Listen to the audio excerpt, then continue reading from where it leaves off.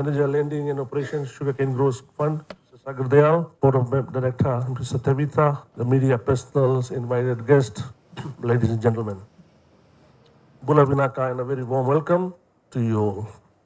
It is my pleasure to welcome you all as we continue our steadfast commitment to supporting our sugarcane farmers through the various government initiatives. Important thing is that the program that you are today receiving this lease money refund is something that the Prime Minister has always been wanting to do. They want the farmers to be assisted so that we can reimburse back or give money back whatever you paid for either new farm purchase or a renewal of lease. So today, dear members and guests, we continue the journey by assisting farmers with land acquisition and lease renewal through the new farmers lease premium grants.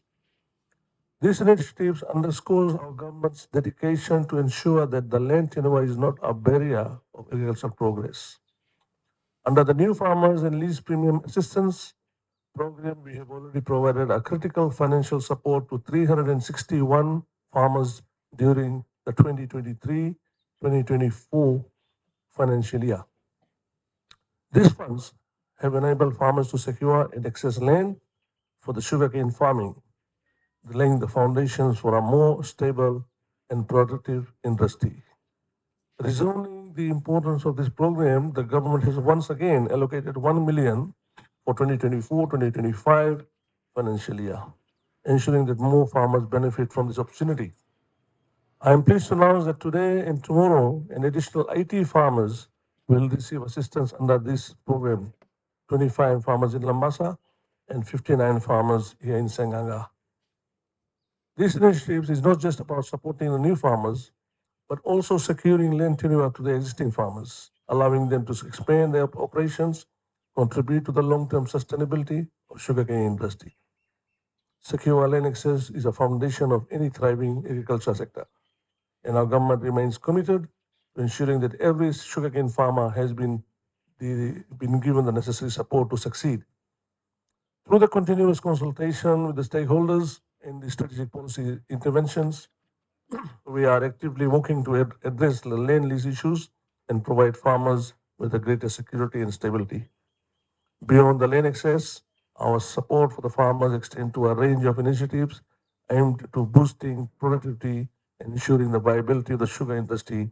Some of these include is the Farmers Incentive Program, where the farmers who increase their production receive a $5 per ton incentive. The Manual Labor Subsidy Program, providing $3 per ton to assist farmers with the harvesting costs.